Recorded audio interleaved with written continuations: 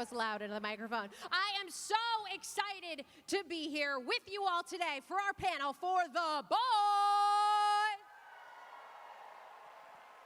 Over 2 seasons, we have gotten twists, we have gotten turns, we have gotten a whole lot of Billy Joel. This is a superhero show unlike any other. Are you ready for the panel? You think we should bring some soups out here or what? All right, then I need you to go wild, go crazy. It's Starlight herself. Give it up for Erin Moriarty!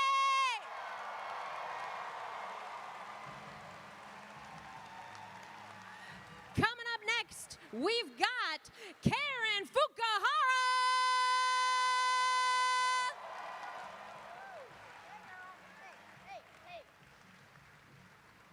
Give it up for Jack Quaid!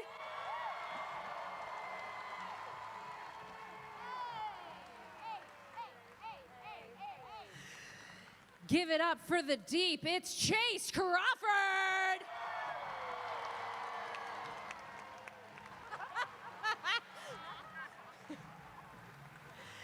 And folks, go wild, go crazy, it's Homelander! Give it up for Antony Starr!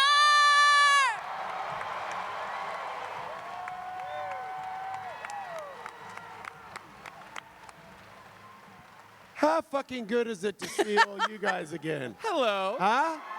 How fucking good is it to be back doing this shit? Woo!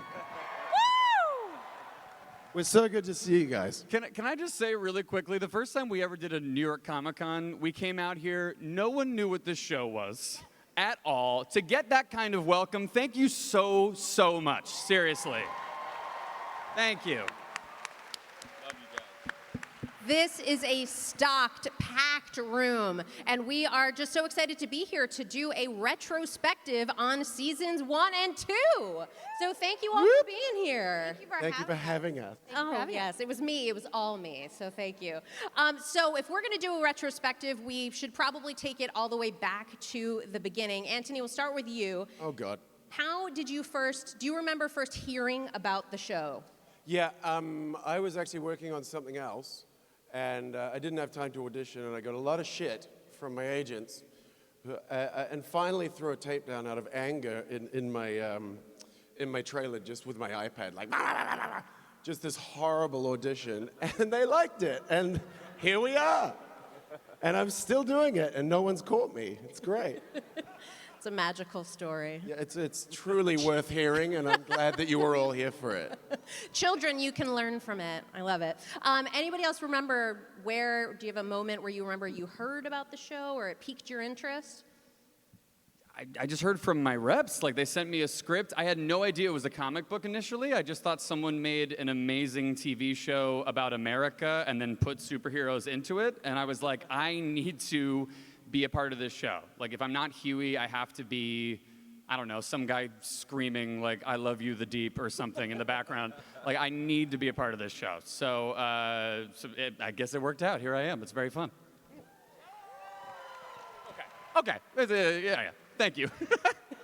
How about the audition process? Does anyone remember anything about the audition process and what that was like for this show? Well, I remember, it's funny because when I was initially sent this, I was here in New York City, I was visiting my family, I was sitting in my living room, I got sent the script, I read nothing about the log line, and I was texting one of my best friends here, and I got it, and all I saw was the character name was Starlight, and I remember distinctly, literally texting her and saying, oh my God, I gotta read a script where I play a character named Starlight. You've got to be fucking kidding me. And then I read it, and it was a satire, and I was like, okay, I can 100% get on board with this. And then I auditioned, and months went by, so I put it into the massive bag full of roles that I really wanted and I haven't gotten. And then I reached out to my reps, and I was like, did we ever get any feedback? Just hoping that maybe. And then they told me, oh yeah, you're testing tomorrow. So it was like 0 to 100 real quick. And then I did a 90-minute test, and I remember leaving, and I felt like I had run a marathon, and our showrunner said something that was so nice. And in the world of casting, people never do this, so as an actor, you're constantly always having such highs and lows. But the showrunner walked me out of the room and he said to me, you know what, just so you know, no matter what happens, I adore you and you're my creative choice, whether you get it or not. Go home knowing that. And then here we are. So shout out to Eric Kripke for that lovely little moment, because that does not usually happen. I love you too. Thank you. Who said that? I'm single, so. Sorry. You got up much, so too fast. It took me longer than I thought to lose control, so I appreciate that. Does anybody else have any, hard to top Erin's beautiful story about auditioning. Does anybody have any other audition memories? And a chill filled the air. It's okay if not. I just have one. I auditioned for Seth Rogen, and he read Butcher's lines. You auditioned for Seth Yes, Rogen. I was. Oh, wait, okay. I was so Not nervous. as Seth Rogen. No. I auditioned for the role of Seth Rogen Yes. in The Boys. No, I remember I was so nervous. I was pacing around, and all of a sudden, like he hadn't shown up yet, and I just heard his laugh in the distance. I just heard like, and I'm like, okay, he's definitely approaching. And then I had to audition for him, and he's like a hero of mine, and he read Butcher's lines, and there's nothing more surreal than auditioning for one of your heroes and having that voice read like hardcore Cockney slang. Like, we're gonna get him in the boot, and then we're gonna bugger off. Like, I didn't know what world I was in. So that was a strange one. Thank you for sharing that. I think we would just listen to you talk in Cockney Seth Rogen for the rest of the time. I think that would be enjoyed by all of us. So. Hello, what's all this then? All right, so the show premieres in 2019. At what point does life change and you realize, like, okay, this is going to be something big? Everyone at once. Do you know what? The first year that we were doing the show, for me anyway, I'm not going to speak for you guys, but you can tell when you're on a crappy show. I've done a lot of crappy shows, and it's a familiar feeling for me when you realize, oh shit, I've got another Titanic. But this had a really special feeling straight off. It's not that funny, actually. It's awful. No, I was just laughing at the people in the audience going, aw. Yeah. You guys are so nice. It worked out all right so far. But you can also, by comparison, you can feel when there's an energy, because it's a very strange chemistry set putting a show together. And you could feel very early on that the chemistry set on this, with the actors, directors, everyone involved was really good. And it's a really special bunch of people. So that was, I think, as opposed to anything external, like you could just feel this momentum, something building internally, and it's been thus far great. Yeah, no, I feel like I noticed when the show had just come out and this TSA agent stopped me and was like, dude, when you got your gills fingered, I felt that. I felt that, man. I felt for you. I'm like, wow. When you got your gills You made it. You made it. Like, that's awesome. I'm like, thanks, man. Thank you, man. Yeah. It's a rough day, rough shoot. You know what's weird, though, is that the second season came out during the pandemic, so we were all locked in our houses, and we weren't able to really gauge this, how well season 2 was doing. And then when we started to emerge, I remember I started to kind of walk around, and it was so abrupt because we'd all been locked in. And I had this one day where I was sitting on the street in Toronto, and I was by myself, and I was having a glass of wine, and I was reading a book, which is probably my primary occupation in life. And this guy just walked by me, didn't stop, just looked at me really quickly and went, "Happy birthday." It was the evening before my birthday. I had no idea who he was, and I was like, I guess that's kind of when you know that people know who you are. But it was so sweet, so calm. He didn't even say, "Hi, Erin, love your work." It was just in passing. I have no idea who this guy was. "Happy birthday," just gone. And it's those little moments when you're like, oh shit, people know who I am. That was funny and weird and sweet. It's those little moments. It was Wow. me in the park, so don't get. And the little rat didn't even say anything. She snobbed me. If I could just return to the subject of the Deep's gills for one more second.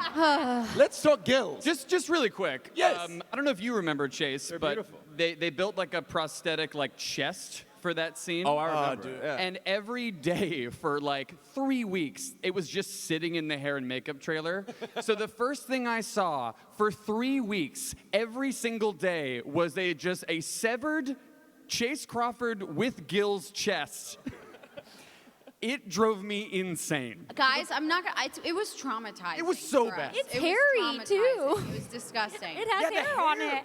Yeah, and it breathes, right? Like there's some kind of it mechanic- breathes. Oh yeah. Yeah, it breathes. My It's favorite a part. living, breathing being. I do think, though, there's an importance in that. Like, that's when you know we're doing really significant topical work, when you're destigmatizing certain fetishes. Because I would not be surprised if, like, there would be a gill category on Pornhub after that. Yeah. I mean, I think hashtag destigmatize gill sex should be started, in my opinion. Amen. Amen. Amen. Gill sex for Amen. everyone. You all made a video for that, so real quick. No, I'm just kidding. Just donation. How to? I prepared a PowerPoint presentation if everyone could glance at it. Guys, there's a third G spot that you didn't know about. You learned it here. The gill spot. I'm just laughing that a few minutes before we came on stage, everyone was like, "Can we curse?" And we're 8 minutes in, and we're into fingering gills. So Yeah, this I guess this is we've going- moved on. It's going great. We spent 5 minutes talking about fucking gills. So we're 2 seasons in. I want to talk just a little bit about the costumes. We're 2 years in now. Chase, I'll start with you. Has it gotten any easier wearing what you all have to wear? No, not at all. It's a wetsuit onesie, for me. It zips up pretty tight, Yeah, it's hard to use the bathroom. I mean, there's we don't have to have any fittings. Just my one outfit with my turtle toe, my turtle toe shoes. But Anthony's got it pretty bad, actually. He's got the whole cooling outfit underneath and the whole deal. I'm not there yet. Yeah, no, my suit's a nightmare, and I don't think it's ever going to change. But you get used to it, and I'm used to rehydrating 5 times a day, and I don't know, I guess sort of like being in a sauna. I guess it keeps me in shape or something. I'm trying to think of something positive to say about the suits, but they look good. They look amazing. True. They do look good. That is true. Jack and Karen, do you ever feel like, wow, I'm really lucky that I don't have to It's so hard wearing that Every jacket day. every day. It's like there's 2 sleeves. Like what? No, we're so lucky. We get to go to the bathroom. We are very lucky. I mean, first season I got to spend the entire time like in PJs, so I had a great time. However, we are always covered in blood. So it's like True. always sticky, like there's bees everywhere. They're attracted to the like sweetness in the blood makeup, I think. Yeah. Yeah. She's not wrong. There's just a time in Toronto where there's bees everywhere, and they love us because we're the sweetest thing there is to them. Those hornets get you. They really do. Really do. So yeah, bees. Bees. If Erin, I'll start with you. If there was a time just for fun, you could wear someone else's costume that you're like, this is a great costume. This is one that I think is awesome. It could be fitted to you. It's not like they just wore it or anything like that. Whose costume are you like, that's the one I'd wear? Oh man. Okay. You know what? It's funny because I just have to. I'm looking at it from a purely aesthetic standpoint because all of the suits have their pros and cons, comfort-wise, mostly cons. I gotta be honest, like. I think it would be the Deeps. I just really like that character is so inane. I really would just like to put on that costume and like, I don't know, I feel like I would put it on and I would just feel like that character more than any other character. And I would love to feel how that feels. And yeah. Start Would you tripping do on the gills? mushrooms. I just singing go with back your to the gills. gills fetish do the thing, and gills all I'm saying is destigmatizing the elephant. But anyway, I think it would be the Deep. I think so. I'm just so curious about what that would feel like. Yes. I would do black noir because then I could just pass out on set anytime I wanted to and no one would know. I'd just fall asleep. That's true. Nathan is literally fallen asleep in the middle of scenes in that suit. Just No one would know. No one knows. He's just underneath. I will say there's a moment in season 3, and this gives away no spoilers, where all of a sudden I like tap the person sitting to my left, and Nathan, who plays Noir, is sitting in front of me, and I just see his head going while the camera is rolling. So if there's a moment in season 3 and you see Noir's head just going suddenly, he's fully asleep, fully 100% asleep, caught on camera. Thank you. It's an Easter egg we'll all be looking for sure. Karen, how about you? Is there a costume you're like, oh? Oh man, that's a good question. I think I would actually like to try Starlights, but I would never fit into it. It looks so skin tight. After lunch, that bloat makes me feel like my organs are being squeezed. But it looks good. It's true. Looks great. Once again, the cons probably Looks outweigh, great. but it looks good, right, guys? Right, guys? It's amazing. Yeah. Which one, though? The The 1.0, original. 1.0. Thank you. Yeah. The PG-13 version. There it is. There it is. How about you, Jack? Oh man. Yeah, let's go with Starlights. It's gonna look great on me. Amazing. Yeah. For me, Starlight 2.0. I was going to say, For me. I would love yeah. to see You Jack and I Quaid in should do Starlight that for 2.0. Halloween. I feel like I have the long legs to pull off those boots. I just feel like they'd go. It's the perfect. It'd be good. You sure do. Oh yes. Look at this point. Halloween's right around the corner. Oh Jack. yeah. How about you, Chase? Me? Yeah, is there a costume that, I mean, yours is incredible, but is there one that you're like, I'd like to try that for I a mean, bit? again, noir, I could do the pass out thing. Who are you going to... Translucent, probably. I wouldn't have to even be there. I would just, yeah. And Homelander. There it is. And Homelander, too. Homelander, right? Sure, yeah. Yeah, exactly. Someone just got a pity, aw, for you. Someone finds this so adorable, and I love it. It's so great. Anthony, how about you? I mean, yours is kind of hard to beat, too. Yeah. I would like to try on Starlight 2.0, but I'd probably let Jack loosen it up a little first. I'm great at that, man. I'd I'm just there. I Slip got on you. in there after when it's nice and slick and sweaty, and cajole around set like a fucking demon. Wow. Why are you laughing? Speechless. Thank you for sharing that. That's all. I want to, Chase, I want to talk to you. We've talked a little bit about the Deep and how great the costume is and that sort of stuff. I just want to say, in season 2, we really think the Deep is just about to have that redeeming moment, right? Like, we're finally seeing what he's made for. We're like, wow, all those dolphins are coming. They're on the sea. The whole thing's happening. Right. It's happening for you. The redemption moment for the Deep is about to happen. It's about to happen. Yeah. And then the whale. Lucy! Oh, Lucy. So R.I.P. It's a sad day. What were you thinking when you first saw that in the script? What was your reaction? I started bawling. I started weeping. That was my first reaction, obviously. No, I was laughing. I kind of, I didn't know how we were gonna do it. To be honest, like it was a big effect, right? I'm like, how are they gonna, do the whale thing? And I'm like, oh God, we already got, some shit for the dolphin thing. Like this is a bigger deal. Yeah, she got a name, Lucy. I mean, it's crazy. And no, we show up on the day, and the special effects killed it. This massive to scale whale, so sad. But they had the working spout and everything. It was beautiful. It was really, we had some words. I got there a little early and talked it out. Oh, that's great. Yeah. Thank you.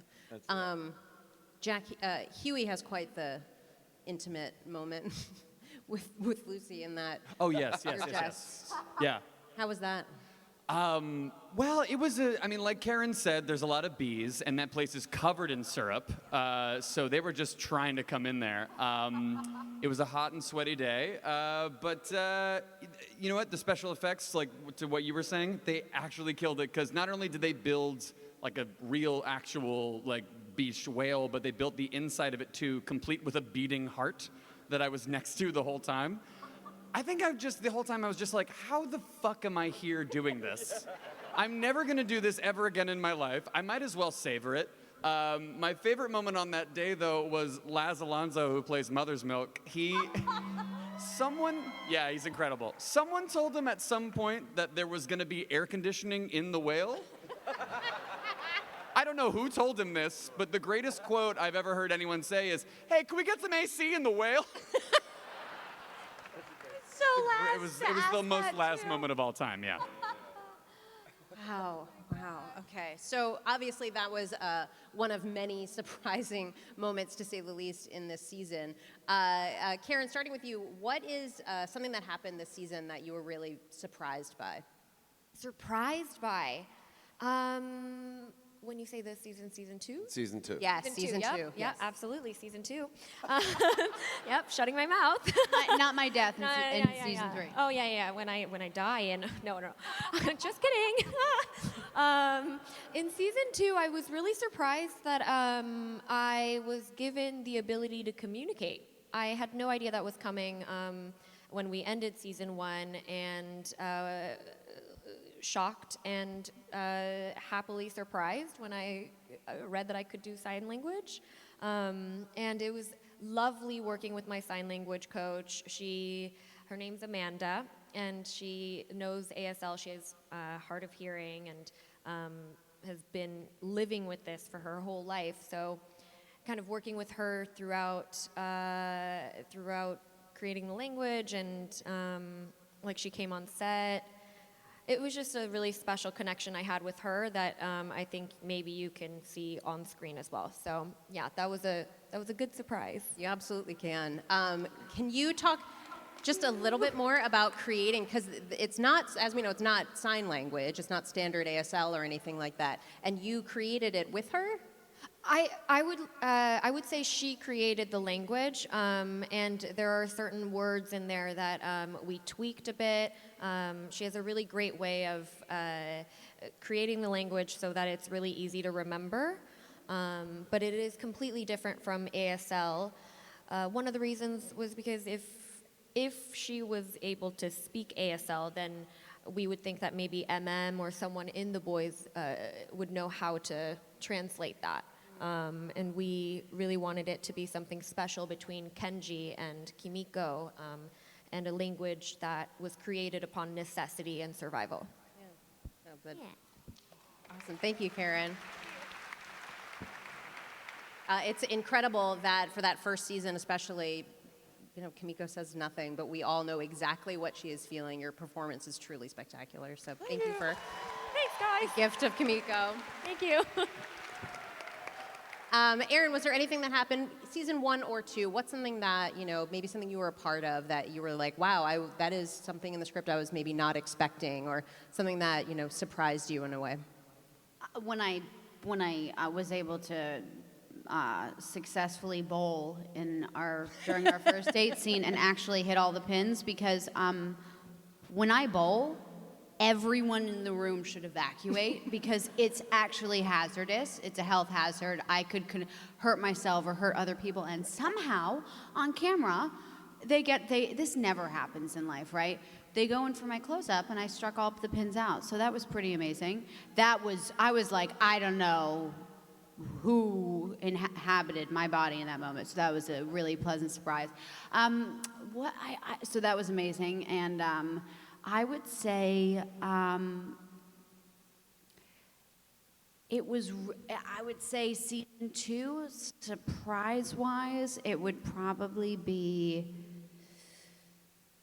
I don't know. I mean, I was in that Starlight 2.0 costume for a really long time, and that was a huge plot point in season 1. And season 2, it was like this weird position to be in, because I was like, okay, you're wearing this outfit that is like, would be on the cover of Sports Illustrated, but you're also wearing it with the objective of trying to serve sort of a feminist storyline. So it was like grappling with that and trying my best to make sure. And I think ultimately, the fact that my character stands up for herself in season 2 concludes me being in 1.0. But that was like a process for me to go through, and I didn't know I was going to be in it that entire season. So, yeah, a couple of those were, one deeper, one just superficial, silly thing. Yeah, well, those are great answers. Thanks. Jack, how about you? Anything that in the past, 2 seasons, what surprised you the most? I want to go back to that moment. This really did surprise me, like when she bowled all those pins, because no, seriously, we hired like a double of you that was like, it was this woman, she put on basically like a Starlight wig, and she was a professional bowler. And we were like, we had her on set just in case like anything went wrong. And then like first take, Erin just knocked down every single, it was like the entire crew was just like, oh my God! I can't. Yeah, it was insane. It was I my had Super been Bowl. taking lessons, but even the person who was teaching me was like, yeah, I mean, this is just kind of useless. We can try, just so your form looks okay. It was the underdog story. It was just like, I want to make a movie about just that shot. moment. Like it was with like the theme from The Natural playing. It's perfect. Yeah. I don't know. I get surprised by everything on the show. Literally every time I look at the script, I'm like, what the fuck? Why? Why? And I guess I'll do it. Yeah. It's nice. Just resigned at this point. Sure. Yeah, I'm just like, fine. Who did I piss off? Sure. I'll get splattered again. It's fine. Yeah, sure. Chase, how about you? I guess what didn't surprise? I mean, everything was surprising. Literally every scene I read from my character was kind of surprising. You know what I mean? I'm like, probably the mushroom. The mushroom trip scene where I'm just sing to the gills. I'm like, okay. Yeah, I've been preparing for this one my entire career. I knew this was going to come. I knew this day would finally come where I can do this scene. Did you know on the day that the gills would be voiced by Patton Oswalt? No, I didn't actually. Okay. No, I think Was it Jack the AD? I remember Kripke saying we're going to try and get Helen Mirren for this. We want Helen Mirren to do these gills. No. Strangely, she Which was would have been amazing. She was unavailable. Go figure. Which would have been really funny. But no, Patton was fantastic. But but they had someone else reading the lines, and they had someone who was like a singer there, and I had to like get on key to sing that awfully song, and it was weird and amazing. Yeah, it was a very, very weird day. Sing it, yeah. Sing it. Sing it. Sing it. Sing No, it. we're not gonna sing it. Sing what? I'll do the other part as the gills. Please. You are so beautiful. That's all I got. To me. Yeah, that's about it. That's all you get. Oh, that was amazing. That was nice. I know you were And going the to room cleared. So, Are you afraid that singing coach is in this room being like, he's off? Oh, man, we practiced this. look at me. Yeah, here. Yeah. Higher. Antony, I mean, you had a pretty incredible season 2. Anything that stands out to you that you were like, okay, yeah, Homelander can do almost anything at this point, but. Yeah, but Antony can do very little. So I'm always surprised at anything I do successfully, but so is my family. More pity. I don't need any pity. Aww. It's okay. I've learned to love being a loser. So, I tell you what though, there was one scene that I read, and I was a little. As I get older, I need glasses, so I was like, oh fuck me. What? There was a delicate lovemaking scene between Homelander and Stormfront. And I was reading it, and I was like, and they smash through a column, and they're in the air. So when you do like a scene up in the harness for gentlemen and women goes very, very tightly up across here, and it can be very damaging if you don't get it in the right spot, right? So that's hard enough, but then let alone me and Ayakash, who plays Stormfront, at the end of the day, and time, she's great, she's amazing, whoever's clapping, yay! Woo! So, because you're also trying to look kind of sexy in a sex scene, hopefully, maybe, even if it is 2 assholes. And, but then you put a fucking harness on, we're like up in the middle of the air, sort of giving it this. Oh my God. Going, Eric, is that sexy? Meanwhile, everything's swaying, and you could see people on the ground just going, what the fuck is he doing? What is going on up there? And then we kept giggling as well. We couldn't, because me and I get on really well, and so we kept giggling, and they had this one set up with the chandelier drops at the end. They have 2 of them. And we fucked up the first one because we were like making out, thrusting and giggling, and then Eric came on and goes, okay guys, so I realize you're having fun, but we really need to get this done now. That's a pretty good Eric impression. A really good Eric impression. Really good, yeah. Really good. FYI. Yeah, so that was, I don't know what kind of moment that was, but it fucking happened. Yeah, no. And now, correct me if I'm wrong. You've been infertile since the harness, haven't you? You were rendered infertile. Really? Really? All I'm saying is those things. Can we try and keep this out of the gutter, please? Moriarty, Okay, I'm just gonna shut up. please. So back to the Deep's gills. Yeah. No, I'm kidding. Thank you for acting all that out. The visuals helped, I find. Yeah, well, probably you know. for all of us. It'll be in my nightmares tonight. So we just, Chase, you just talked a little bit about singing. Erin and Jack, just a quick, I want to talk about the "we didn't start the fire" moment. And a 5, 6, 7, 8. I don't remember. We didn't start the fire. What is this pace that we're going? This is insane. I don't remember. It's like cramming for a test. You cram so quickly you don't remember. Bacon, Reagan, Palestine, homeless vets. That scene, I remember. I think there was more pressure for me. And that's my answer. Cool. Homeless pets? Is that Homeless pets, yeah. Okay. I literally don't remember it. I blacked out. You blacked out. It's like cramming for a test. You cram the night before. Everyone knows, and then you forget. Yeah, but You know what my favorite thing to do with you is? What? Oh, come on, grow What's the up. goss? What's the goss? Guys, I can promise you this is, I think I know what's coming. And No, yeah. I don't think you do. Is that when it's just us and Laz, we just like that whole road trip. I feel like we just got on his nerve. By the way, love Laz, one of my favorite human beings Incredible. on earth. But Jack and I are just children together on All we set. do is make pterodactyl noises. It's true. In the It's true. background. It's true. Like what that means is we do this thing where we're all shooting. People are like moving things around, Yeah. and then if it's like 3 in the morning and we're deliriously tired, we will just make these shrieks and Yeah. see if anyone notices. They're It's very a really specific. terrible habit. They're really good, though, by the way. They're really on point. It's just these not like. that But I remember And one time during the finale of season 2, when Jack and I kept doing it, and then we just walk off in opposite directions, and there was one AD who went, "Who the fuck is doing that? Shut the fuck up!" And Jack and I were like, just walking in opposite directions, like not looking at each other, like walking off into the woods when we were shooting that whole finale. It felt like we were committing a crime. But we're children in front of Laz, and so what I was gonna say is that, first of all, that Billy Joel moment, loved it. But Laz, like, mother is kind of like mother's milk when he's around us, because you and I are children, and I love just like fucking with him because he's such a good sport, but he's like quietly so annoyed, but he's such a good dude, and I just feel like you and I are children. So Totally. whenever we're in a room with someone, we're like, just don't mind us. Laz fucks with me right back, though, because True. I remember there was the episode where I have the pig that the dog humps.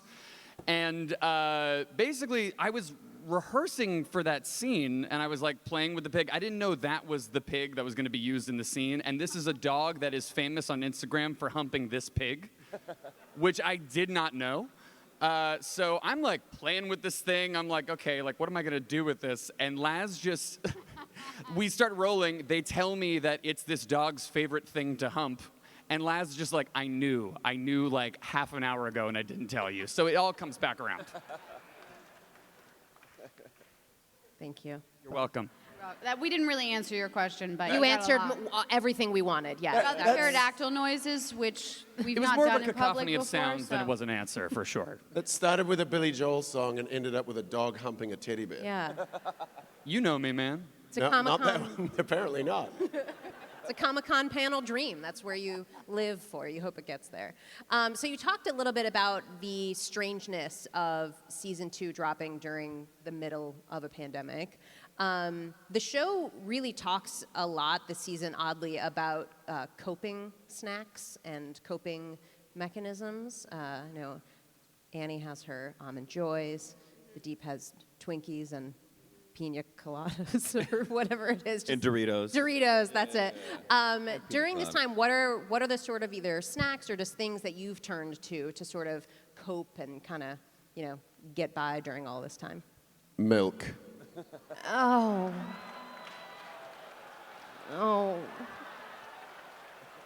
Lots and lots of milk. I like you people because you fucking get it. Good on you. I should have known that would have happened, and I'm Yeah, sorry to everyone. I'm sorry to my employer. Sorry to everybody. Is there anything that you've been turning to or ways that you've been finding to kind of get by? I'm very, very grateful that the liver is a regenerative organ. So this is a public apology to my liver, but also a gratitude, a statement in gratitude. Is there something specific? Is it like fruity drinks like the Deep? Is it wine? I love wine.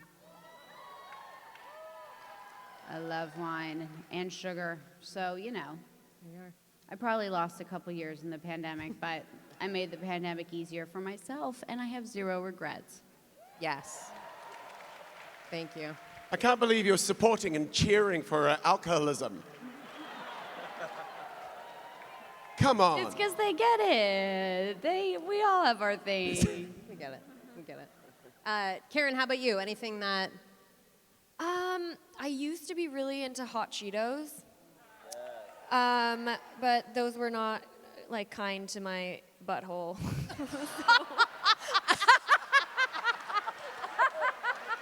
Okay, thank you for coming. I think we're done here. I promise we're sober, okay? I promise. I wish I was not sober, but I mean... That would have been perfect to finish on. The bar is just Seriously. not Should have all left just now. I started nodding because I was positive you were going to say stomach. Yeah. Well, I mean, yes, it comes from the stomach, doesn't it? Yes. Hey. But you know what those do. Anyway. This crowd gets what Flaming Hot Cheetos does to the butthole. Me. You guys get it. Oh my God. Jack, how about you? I'm very kind to my butthole when it comes to my snacks. Oh, wait. Oh yeah, please. You love the mushroom jerky. I do love the mushroom jerky. Oh, God, come on. But how I coped with COVID was just hardcore candy, like nonstop. Specifically, Sour Patch Kids are my thing. That was my answer.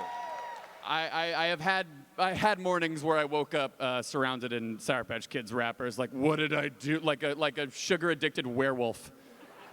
It's like, what did I do last night? Oh, right. Yeah, that's how I got through it. Yeah, I was gonna say Sour Patch Kids too. Aww. Yeah. But yeah, no, it was during the pandemic. You just anything goes. It was just 8 a.m. Like, ooh, cookie dough. Ooh, yeah, I'll just do whatever. It was great. But and that was all. That's all I had. Popcorn and Sour Patch Kids. Nice. Aww. You've answered. Antony, are you sticking with your answer? I'll stick with answer A. Okay, great. Stop it. Someone keeps going, oh, like I'm like some kind of fucking tragedy. I'm okay. Tea party. I'm okay. I promise I'm okay. No, but seriously, I'm okay. Stop. Good. He's not okay. Listen, let's Fuck's just... sake. Keep going. So I love this so much. So we've talked a little bit about, you were talking about filming the finale or the last episode a little bit. For Erin and Karen, when you first read the Girls Get It Done fight scene, Whoop, whoop, whoop. how'd that feel when you read it? fucking great. It was awesome. I mean, I think for my character at least, I spent like the entire season like mad dogging Stormfront, and I was so happy to see that like we were getting the revenge that she deserved.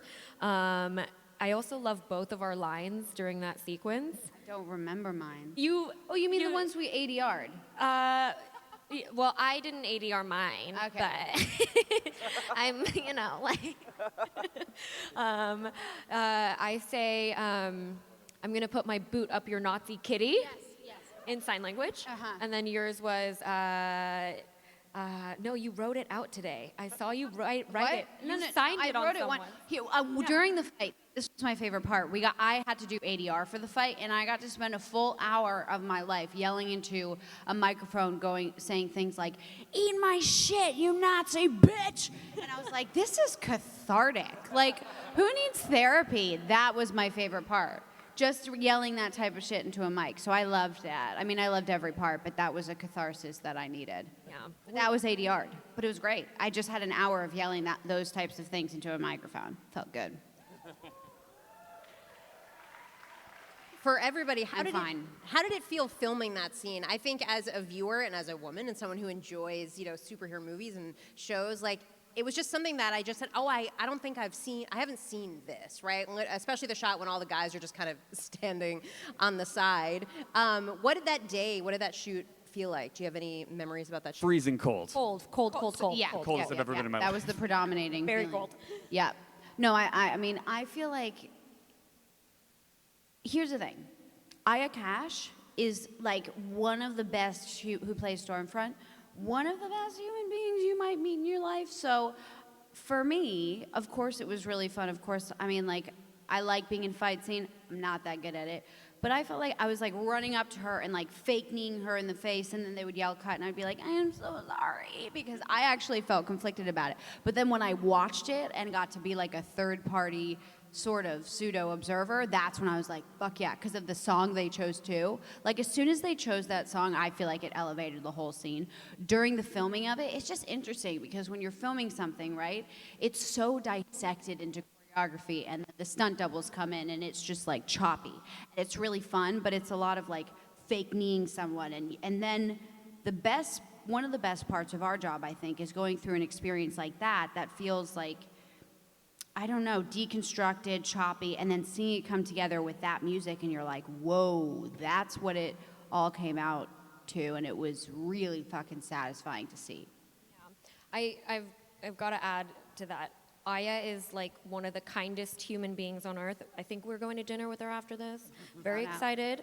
Yeah. And yes, Aya.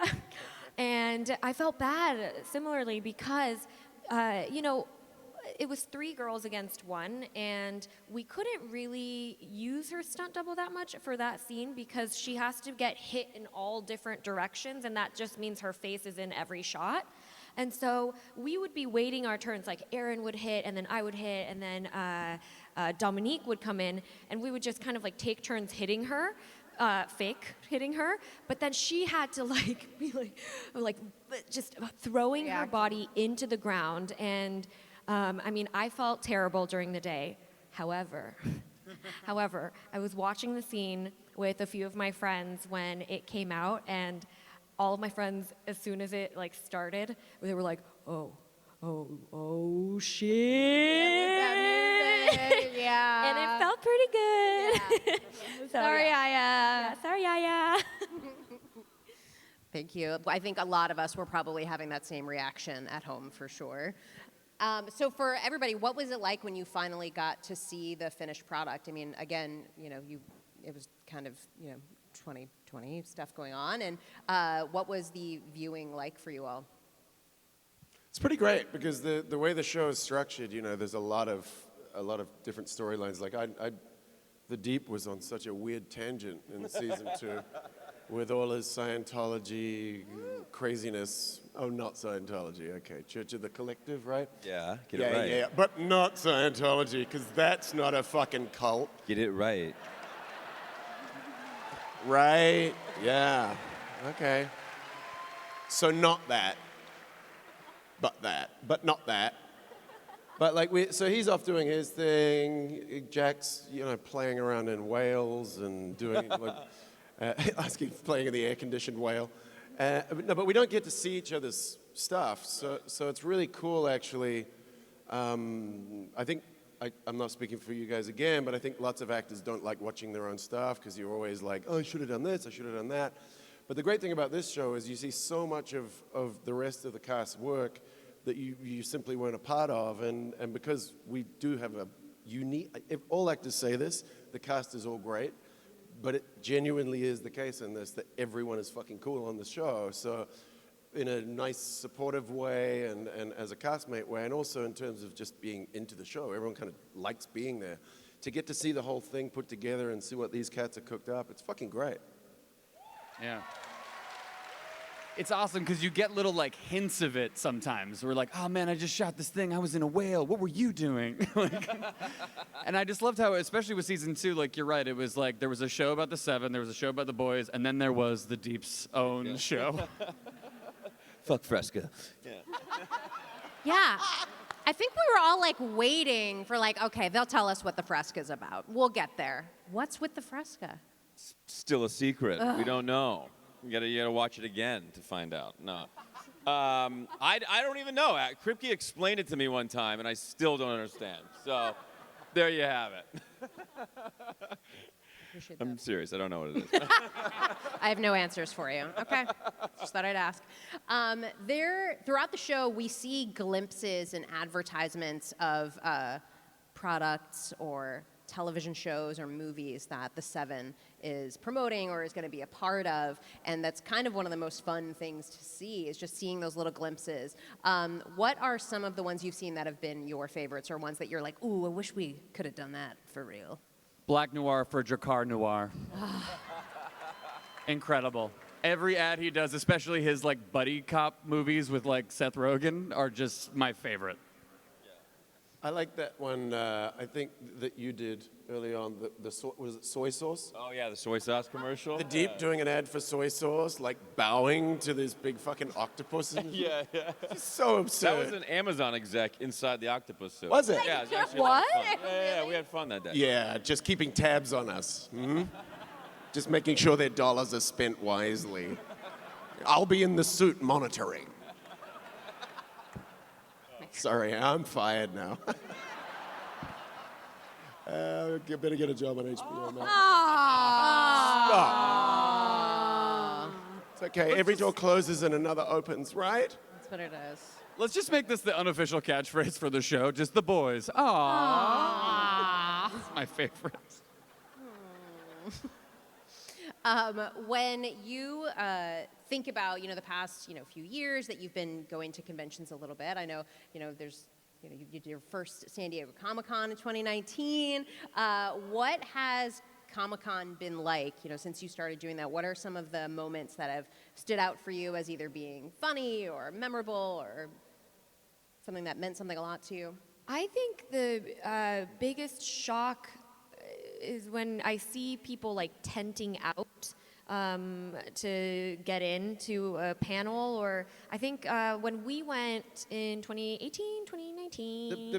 Yeah. I know where you're going. Yeah, like we. The burger drop. Yes, we handed out burgers to people that were camping out overnight, sleeping over to like get into our panel, I think, and that kind of dedication is just so great. I mean, like Erin said, we sometimes don't get the direct feedback from you guys, and we don't see that in person.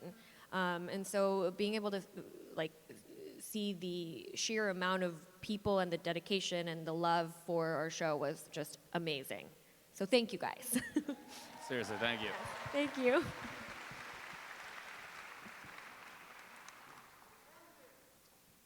And burgers. Burgers. Burgers. Any other moments that you remember, or maybe the first time you saw someone cosplaying as you? That was cool. In the very beginning, Carl Urban brought me along to conventions with him, and it was amazing because it was like Butcher and Huey going to conventions. It was like, come on, we'll do a panel, you'll love it. It was very he was teaching me the ways because he's so good at this stuff. But it was, like Karen said, it was so great to meet you guys face to face. And I realized, like, the boys fans are truly the best fans. Like, no, seriously, you guys are amazing. My favorite moment was Carl and I had this running thing for a while where we would just give each other birthday cakes, even though it wasn't that person's birthday. And we like mentioned that in a panel, and then like the next day I was at my booth and like 2 separate groups of people brought me a birthday cake and started singing happy birthday to me, and the entire hall joined in. I'm like, this is bug fucking nuts. This is crazy. So thank you guys for all the cakes and all the good times. I appreciate it. Thank you. It is not anywhere near my birthday. Have you seen anyone so far this convention where they've been decked out in your characters? Yes. I've seen there's a lot of amazing. starlights around. There are a lot of starlights around. It's Yeah. amazing. I love to see it. And guess what? They're all 1.0, which I think says everything. I love that. But everyone looked amazing, and clearly, like, they're all, I think, everyone makes their own. And I am always stunned by the level of detail and attentiveness that would be required to make these, because these people look amazing, and it looks like I could just pick up their costume, put it on, and wear it on set, and it would look like it's of equivalent quality, which is incredible. Like, that's amazing. The time that you need to dedicate for that is amazing. So I love it. And I love that it's all 1.0s. That's awesome. All right. Oop, nope. No, I had nothing intelligent to say. Aww. It's okay, bud. Come on then, you fuckers. Come on. Come on. 3, 2, 1. Fuck off. I'm a winner. So we only have a couple of minutes left, which is a true aw. So just a couple of quick random things. Erin, how did it come about that you sang "Never Truly Vanish"? Okay, that had nothing to do with me. I'm from New York City. I started best city in the world, love it. From New York City, grew up around Broadway, was a musical theater kid, wanted to be a singer when I was younger. And the reason why I stopped is literally just because I started to get horrendous stage fright, and I was like, I just can't deal with this. I guess I'll just act. And then I love acting, of course. But Kripke approached me and he was like, listen, we're going to have you sing for the translucent funeral, and you're going to sing into a booth, okay? But I'm going to just let you know that don't be offended. And you know when someone says that, it's going to be offensive. If it's not quite what we're looking for or that good, I might replace it with a different singer. Don't be offended, though. But it just needs to be, like, really good, and it needs to, and I was like, I do sing. Like, let's go for it. Let's try to replace it. But I did. And so I went in, and first of all, the composer, this guy, Chris, who's awesome, tailored it specifically to my voice and my range, because when I try and sing high, I'm not a soprano. It sounds like a bird guying, but he tailored it just right. And then I sang it, and then it was just... Then it turned into that, and then we shot that insane music video that ended up being nominated for an Emmy, and I never in my life did I think that, in my life. So it turned into this weird, crazy little journey, but yeah, it kind of outed me as like a child musical theater nerd, and in a great way. But I had a lot of fun, and it came out of nowhere. I had no idea it was going to happen. What a humble brag. I had no idea I was going to be so good. Listen, guys. No listen. idea. I mean, I knew I could sing. Listen. Humble. Hidden talents are a thing, right? We all have them. We're all waiting to reveal them. And that just was my moment, okay? And it worked out. Kripke was like, we might need to replace you. And I was like, give me a booth. Give me an hour. And then the rest is History. Did anybody else like immediately go on Spotify and look her up to see if there was like more music? I did. I immediately was like, is there any more? And most people thought that it wasn't me. That was the most common response I got. And I was like, nah, bitch, that was me. Yeah. But in a humble way. Yes, very importantly. All right, so this has been so wonderful to chat with you all. And what I would like to do as we, finish up, one of the things, this whole thing is a retrospective on season 1 and 2. So, so what I would like to ask is if you could just tell us something that happened over the last 2 seasons for your character that was just like, that was the moment for this character. Like, this was my moment. This was the thing I enjoyed the most, whether it was something that you felt defined your character or just something that you were like, this was super fun. This was a super fun moment to do. I loved the Russian mob scene where I get to rip someone's face off.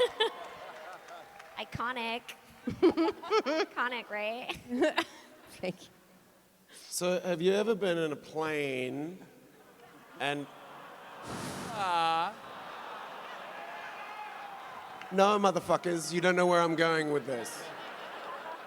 Have you ever been in a plane and your seat was getting hit from a child in the seat behind?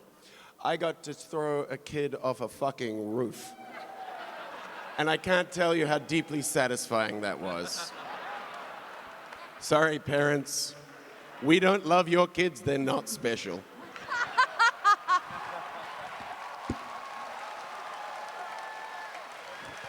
That got way too much applause.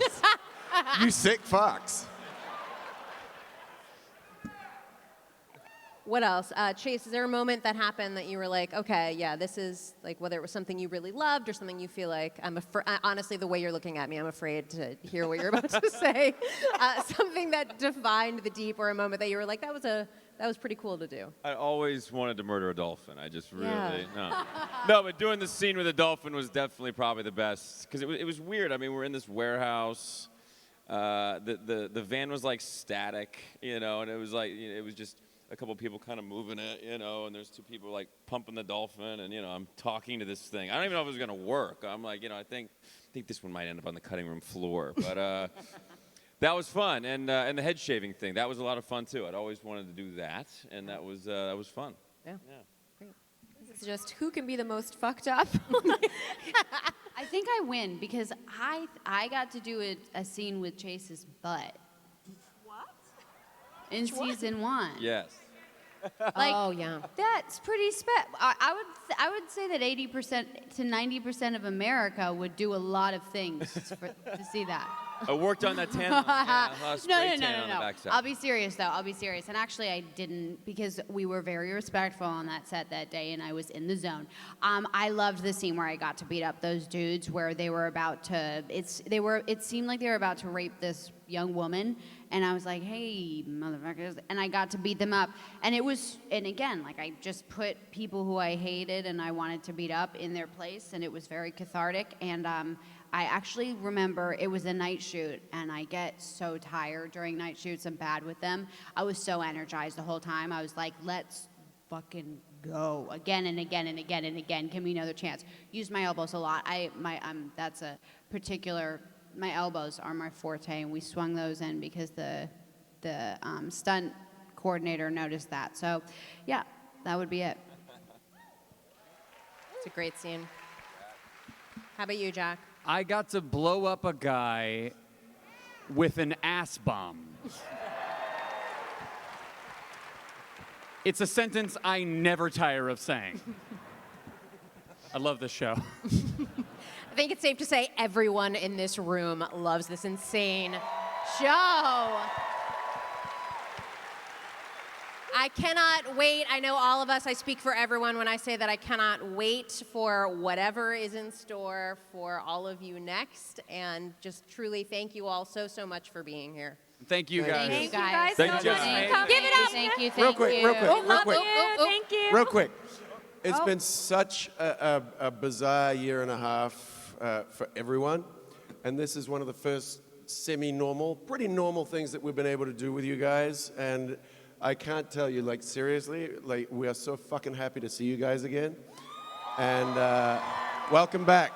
And just one more time for me. Can I just get an aw, just real quick? 3, 2, 1. Aww. Thanks. No better way to end it. Ladies and gentlemen, one more time, give it up for Antony Starr, Chase Crawford, Jack Quaid, Karen Fukuhara, and Erin Moriarty. Ladies and gentlemen, make some noise for the boys.